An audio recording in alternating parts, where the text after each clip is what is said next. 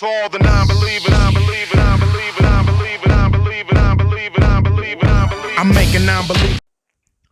What's up, y'all? This is Jay Varsity, and welcome to episode 89 of NBA Talk. And we got quite a few things to talk about from this past weekend, and also from this past week. Even though it was a little slow until picking up in the weekend.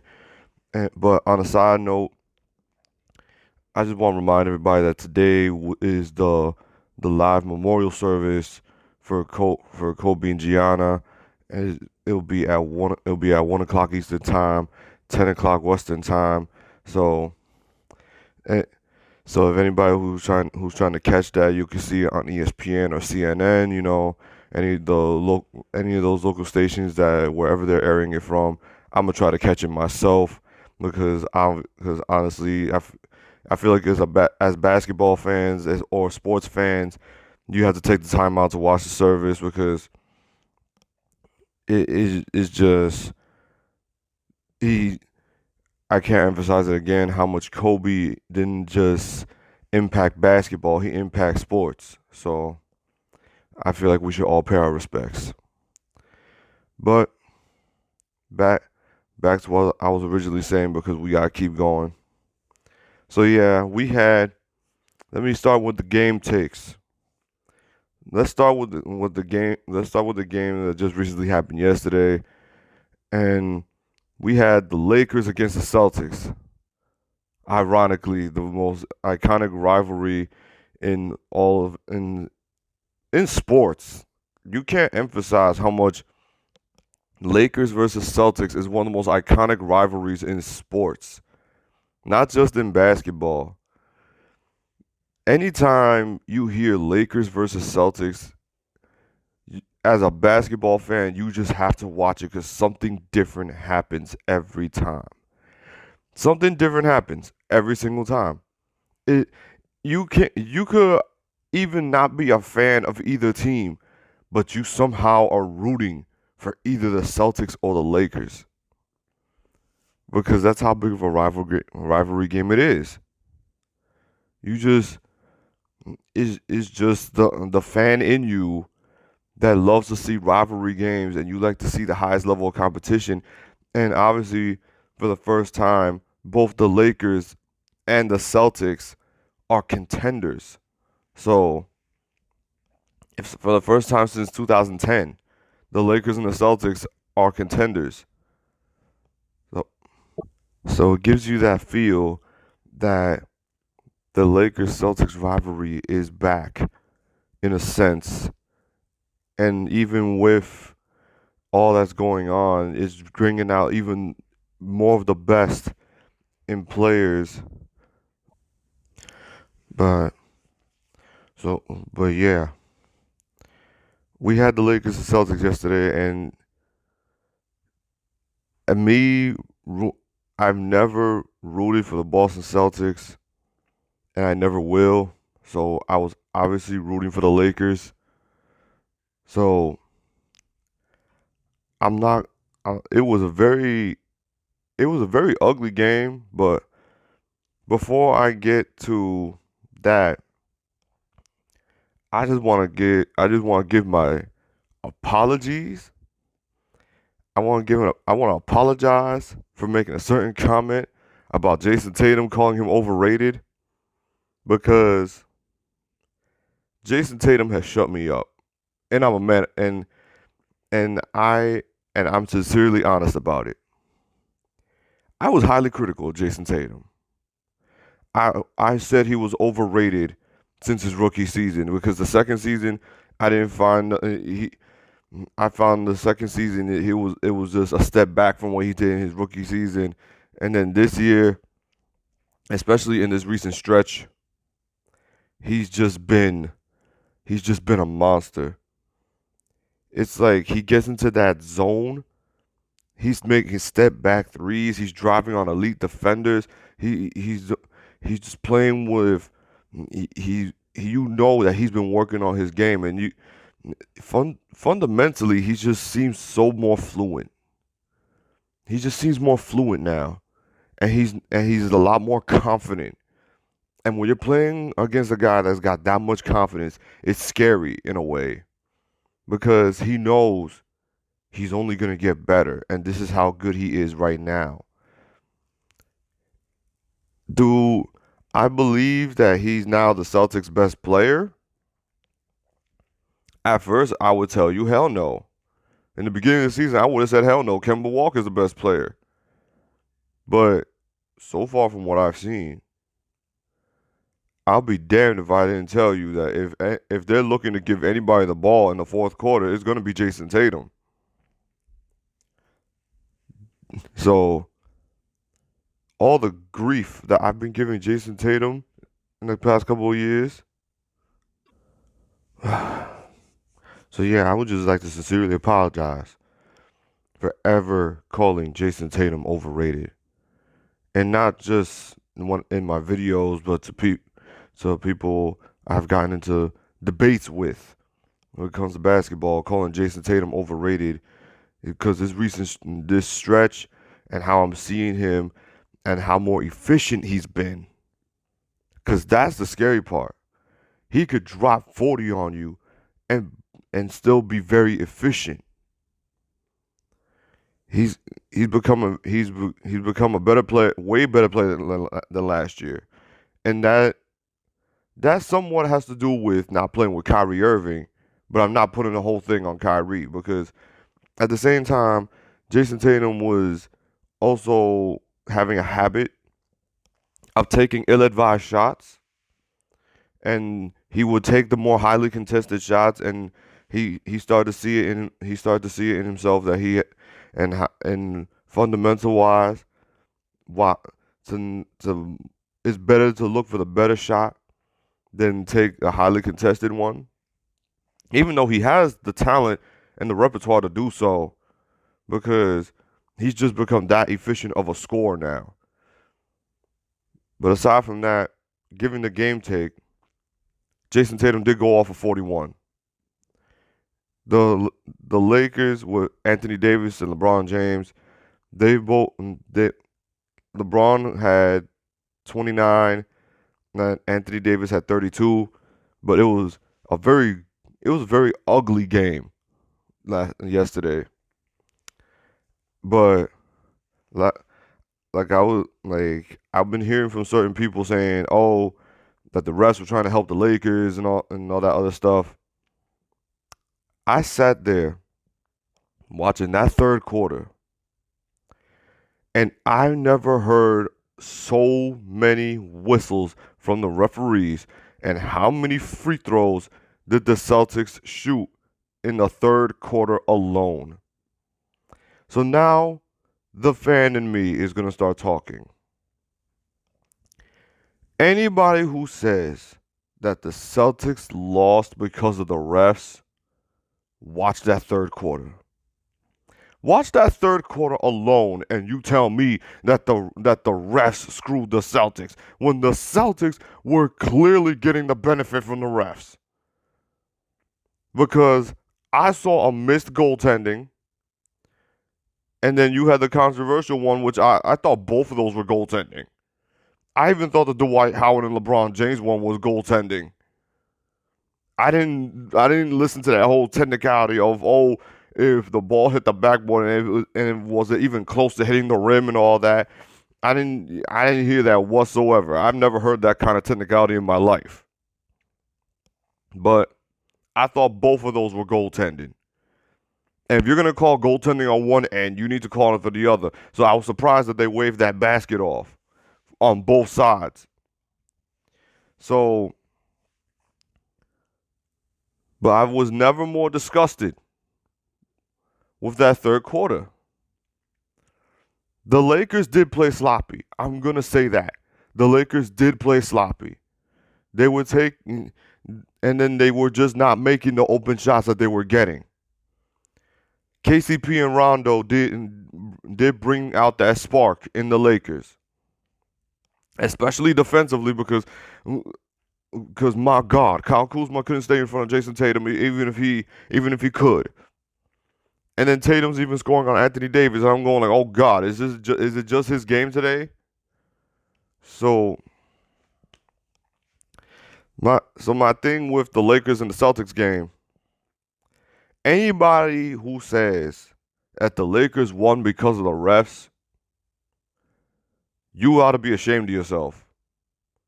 You ought to be ashamed of yourself because the referees were making bad calls left and right. I saw Daniel Tice grabbing Anthony Davis on multiple occasions. I saw Jaylen Brown committing fouls on Anthony Davis on multiple occasions. I saw plenty of fouls that could have been made on the Celtics that the refs swallowed the whistle for. So I don't want to hear that the Celtics lost because of the refs. I don't want to hear that. But yeah, because all I hear in the Instagram comments, all I hear is people, whether you're a Celtics fan or not, they're saying the Lakers won because of the refs and all this other stuff. Blah blah blah. Get the hell out of here. I don't want to hear it. And anybody who wants to sit here and try to break it down for me, I'm gonna sit here and say the saltiness is real. You're just mad because the Lakers won. That's the Lakers-Celtics rivalry. You're gonna sit there and say that the refs cost you the game and all this other bull. I don't want to hear it. The Lakers defensively collected themselves once KCP and Rondo were inserted into the game. Because even LeBron, I'll even say it myself. LeBron was playing was almost like I almost couldn't see LeBron at one point in the game. And then that fadeaway jumper he hit over Jaylen Brown, to me, was a dagger. To me, that was the dagger. And even though Anthony Davis was at the free throw line and he missed that second free throw, I still say the fadeaway was the dagger because of the fact of the crucial part of the game and that the Celtics had to resort to fouling after that fadeaway. And then Jason Tatum committing that offensive foul at the end of regulation was just by far one of the most idiotic things I had ever seen. And I know I was just giving Jason Tatum credit, but you go swinging your elbow at KCP when you're supposed to be taking potentially the game winning shot, and that loss is on you. Now I know people are gonna say, "Oh, Kemba Walker wasn't playing on all that." I don't want to hear it. You want to talk about, oh, the Lakers shouldn't be proud because Kemba Walker wasn't playing. And Anthony Davis was banged up playing against the Celtics. Y'all still celebrated like y'all won the championship. You still celebrated like you won the NBA championship, and Anthony Davis wasn't even at 100%. As a matter of fact, I think he played 20-something minutes. So where are the people telling Celtics fans they shouldn't be celebrating? So I don't want to hear none of that. You want to talk about not beating the Celtics at 100%, but then the day that you beat the Lakers 139-107, Anthony Davis wasn't 100%. Like, I don't want to hear none of that. I really don't. So, excuses galore, man. Excuses galore. But yes, it was a very chippy game, and let's just call it a classic. This is another case of a classic addition to the Lakers-Celtics rivalry. Do I think these two teams have a chance to meet in the NBA Finals? I believe the Lakers will make the finals because I'm in support of the Lakers. I'm in support of the Lakers because I am a LeBron James fan. But excuse me. Yes, I do support the Los Angeles Lakers. I'm not as big as a fan of them as I am in the Miami Heat, but I would rather see the Lakers in the NBA Finals than I would see the Los Angeles Clippers. But back to the case, will we see the Lakers and Celtics in the NBA Finals? Well, I don't think the Boston Celtics have enough talent to beat Milwaukee. Hell, as a matter of fact, I can tell you right now, I don't even know if the Boston Celtics got enough talent to beat Toronto. In a playoff series, I don't think they have enough. I don't think they have enough depth. And a lot of people tell me, "Oh, but the Lakers are not that deep either." The Lakers, the Lakers are another case. Now, if you tell me the Celtics had Anthony Davis, if you tell me the Celtics had just put Anthony Davis into that lineup, and I'll tell you, you know what? The I don't care who's on. I don't care who's on the Celtics bench. The Celtics will make the finals just because if you added Anthony Davis to that lineup, I think the Boston Celtics would be that good, but they don't have Anthony Davis, so they will not make it to the NBA Finals. And I'm not saying that Anthony Davis is the difference, but I'm saying is between last year's team and this year's team, last year's team was deeper. Last year's team was deeper than this year's team. Anytime you have Romeo Langford put into the game, they're going to attack him. And that's what LeBron James did anytime he saw Romeo Langford. He attacked Romeo Langford. Now, I know you're going to tell me, oh, LeBron has to attack a rookie to get the score. And that's a strategy. I'm going to go at your rookie. I'm going to go at your defensive lacking rookie. Why would I go at Jaylen Brown when I could get the switch and get my mismatch and attack my mismatch? Why on earth would I try to make things more difficult for myself? So that's just common sense to me. That's just common sense. Why make things more difficult for yourself so you could get what? A top 10 player on ESPN? No. Be the smarter player. Use your basketball IQ and find the mismatch. So for me, and then the whole rest of the game, I feel like they were avoiding trying to put Enes Kanter in the game.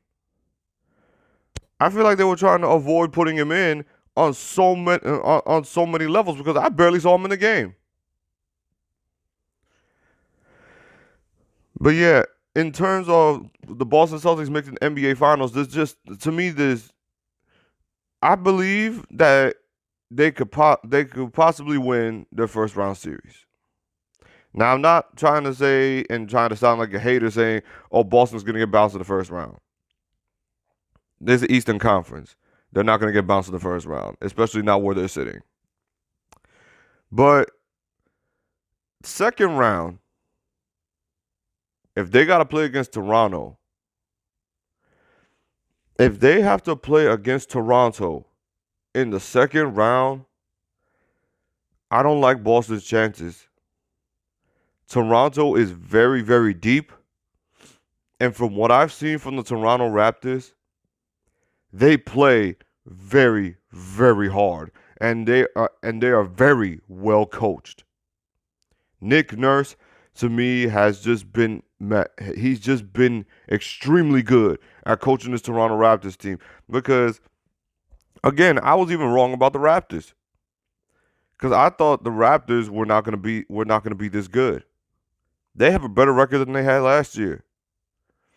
They have a better record coming into this point of the season this year than they did with Kawhi and Danny Green last year. And that's a little scary. And come a playoff series, I think the Toronto Raptors are just going to be too deep for the Boston Celtics. To me, it's just like you got the collection of the talent of the Toronto Raptors. And plus, let's not ignore the fact that they're the defending champions, which so many people, I think, have forgotten that the Toronto Raptors are the defending champions. People are acting like as if the Clippers are the defending champions right now. The Clippers haven't done anything. Just because Kawhi left, that doesn't mean he brought the championship to the Clippers. The Toronto Raptors are the reigning defending NBA champions. And they're playing like it. They're playing like the defending champions they are. So for me, the Boston Celtics, to play against a team like Toronto, and then if you even get through a team like Toronto, which I think to me will take at least, they would have to get the jump early on Toronto and try to beat them in 6 and try to avoid 7, because you don't want to see a Game 7 Toronto. From what I see, because I think Toronto might have home court all the way to at least the Eastern Conference Finals, if they make it that far. But yeah, the Toronto Raptors, to me, if they have that home court advantage against the Boston Celtics and then they get to a Game 7, I don't think Boston, with the roster that they have, would be able to handle a team like Toronto in a Game 7 in Toronto. So that's just me. Okay. Next game take, we're gonna talk about the Sixers and the Bucks on Saturday. Hold on, give me a second. All right, we're back. So yeah, the Sixers and the Bucks.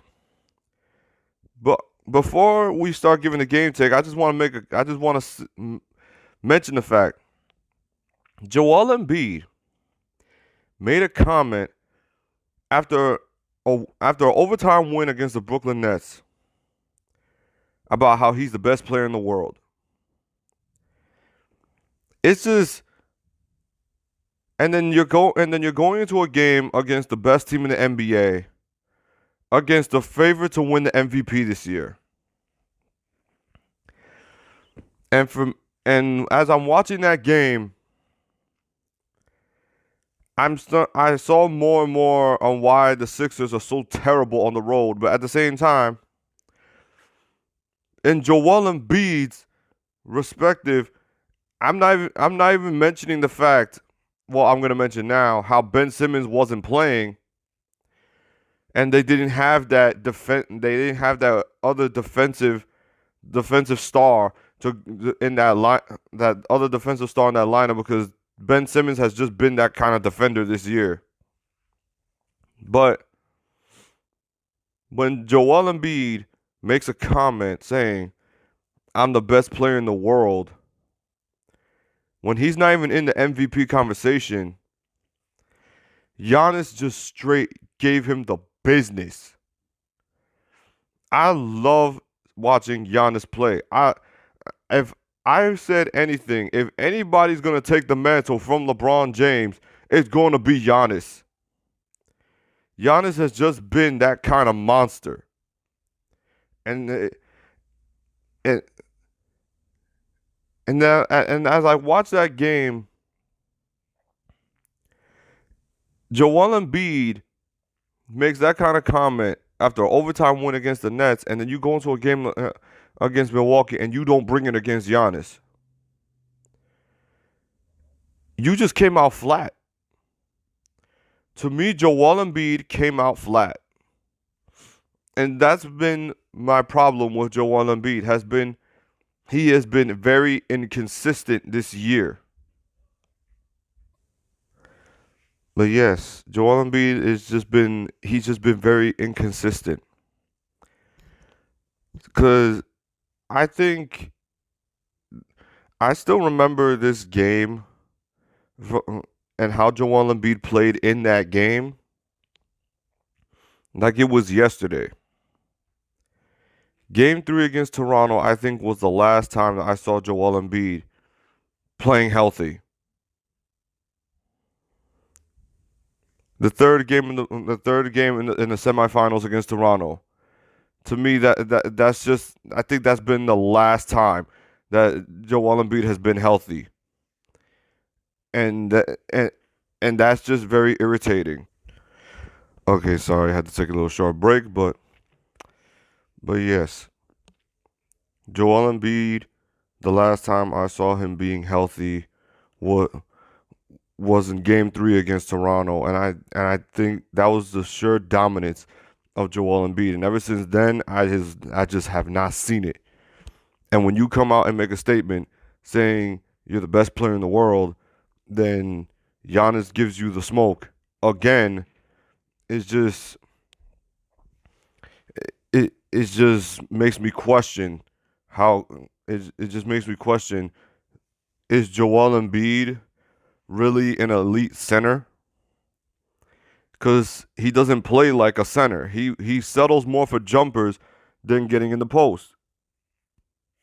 I've never seen a guy like Joel Embiid who has the potential to be one of the best players in the league, and he just holds himself back. He holds himself back. And a lot of people are trying to throw Ben Simmons under the bus by saying that it's his fault that Joel Embiid is not as dominant, that because they're trying to build a team around the both of them and all that. I'm sorry, excuse me. No excuses. No excuses. I don't want to hear nothing when it comes to Joel Embiid. Joel Embiid calling yourself the best player in the world. That's a statement. That's a statement. And I'm not going to pretend. I watched Giannis' response in that interview, and he heard Joel Embiid's comments, and he's acting like as if he didn't, like he doesn't care about it. But yes, he did. Yes, he did. It's like, damn it, I'm the front runner to win MVP. My team has the best record in the NBA. And you have the audacity to say that you're the best player in the world when you're sitting in what? You're sitting in what, 4th or 5th in the Eastern Conference? I'm sorry, but last time I checked, that does not make you the best player in the world. How does that make you the best player in the world when you have a 9-20, what was it, 9-20 record on the road? You're 9-20. How can you be the best player in the world and you can't bring it on the road? You can't bring it on the road and you're calling yourself the best player in the world. How I put the Boston Celtics on blast 2 years ago when I first started making this channel, I'm doing it to the Philadelphia 76ers, and now their asses are on the clock. The Philadelphia 76ers, to me, are on the clock. Because, to me, I have given the Sixers too many chances.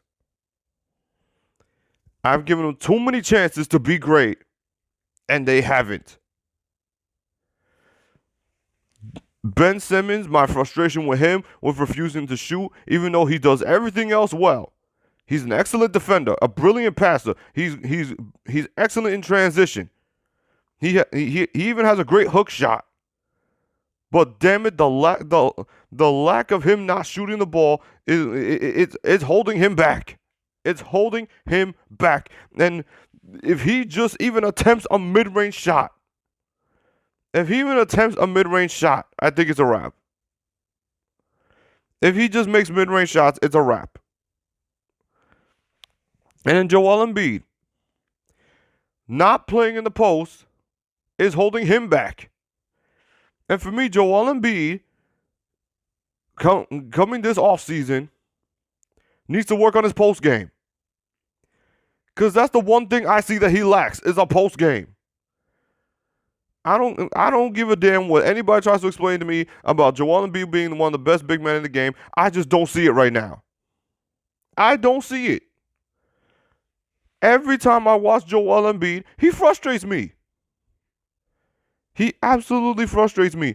And then you are calling yourself the best player in the world, and you just came off a game where you dominated Jared Allen, who was more defensive of a defensive player than an offensive player, because I don't know what Joel Embiid was trying to defend against Jared Allen, because he went scoreless.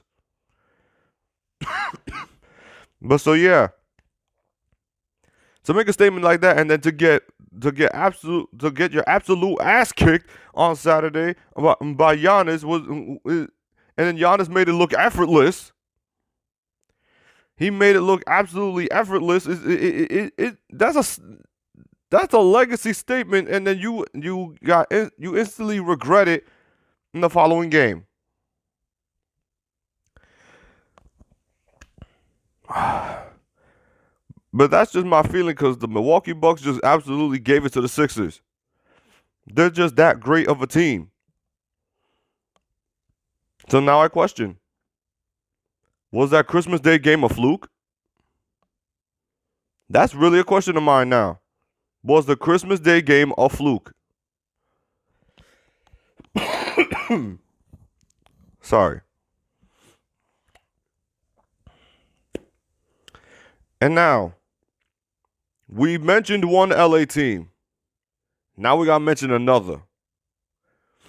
With the additions of Reggie Jackson and Marcus Morris, the Los Angeles Clippers are on a 3-game losing streak, or I swear it could have been 4. They are on a losing streak. And this is what I mean about the Clippers' inconsistency. The Clippers are inconsistent. Not all. Half of it has nothing to do with them. It has to do with their health, and they have not had enough time to play together. Chemistry is key if you want to win a championship. This Clippers team is very deep. They're very deep. I'm not gonna lie. From Patrick Beverley all the way down to Montrezl Harrell, this team is filled with veterans. But this team can't stay healthy. This team they're losing to teams that they shouldn't be losing to.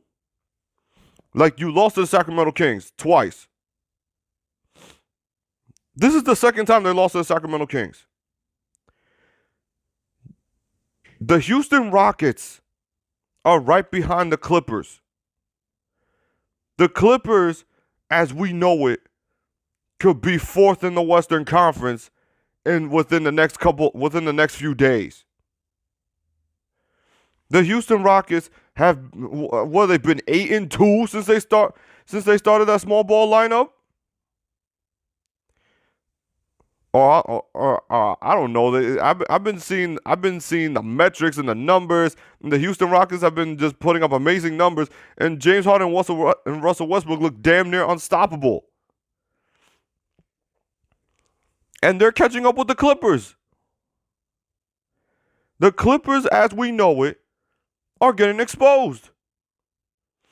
Whether it's the load management or the fact that they just can't stay healthy.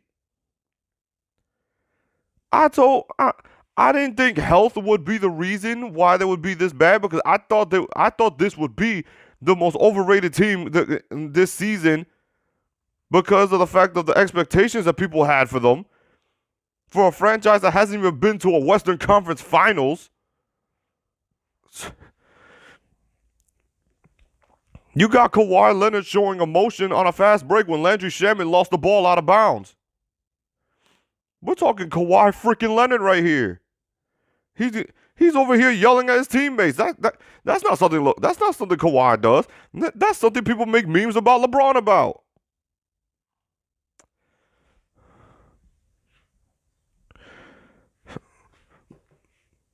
But for people who try to tell me that I hate on the Clippers, have I not pointed out the obvious?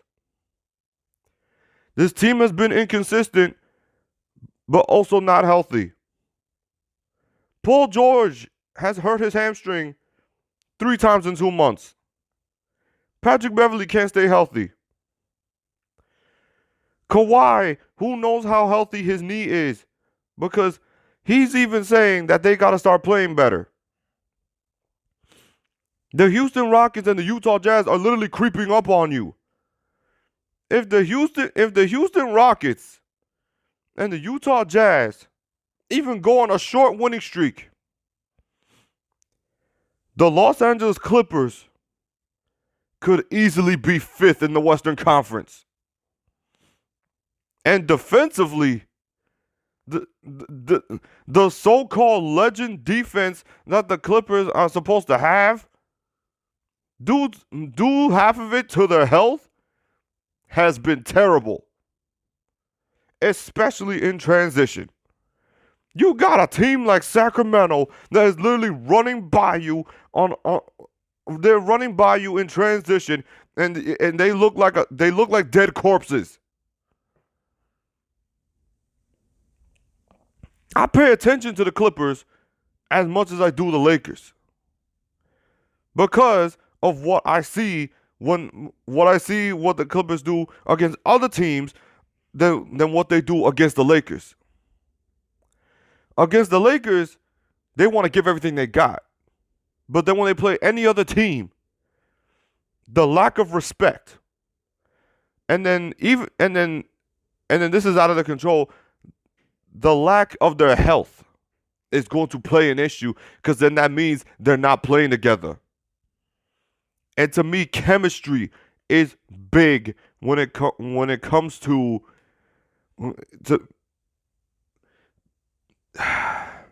chemistry plays big when it comes to winning a championship.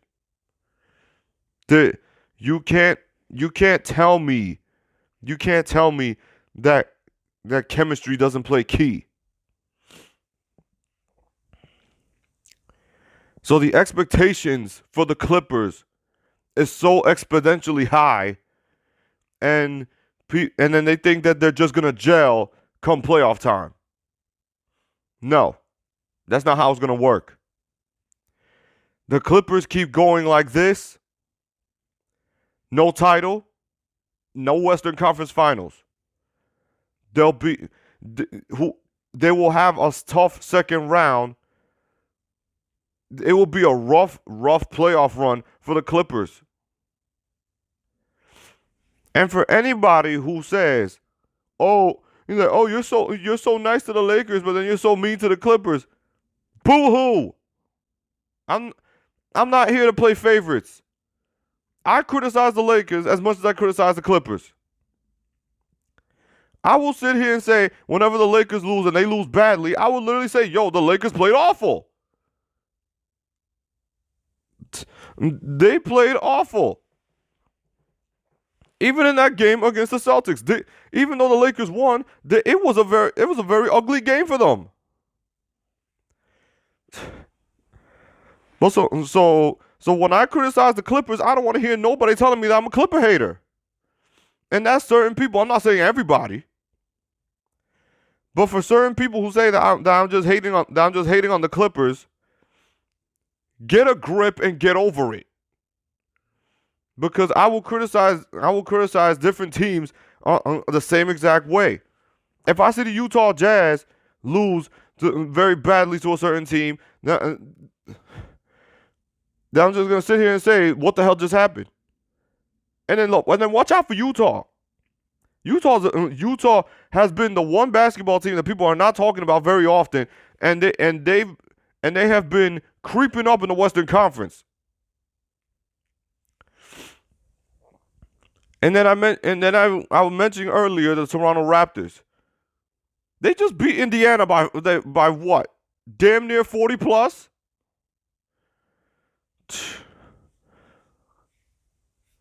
So yeah, when I make the case about the Clippers, I have not seen enough from the Clippers for me to say that I'm concerned. Because I think for me, the Lakers will get over the hump of the Clippers. To me, they have what it takes to beat the Clippers. The Clippers are literally getting hurt from themselves. So that's just me, and that's just my opinion. And I'm going to stick by that.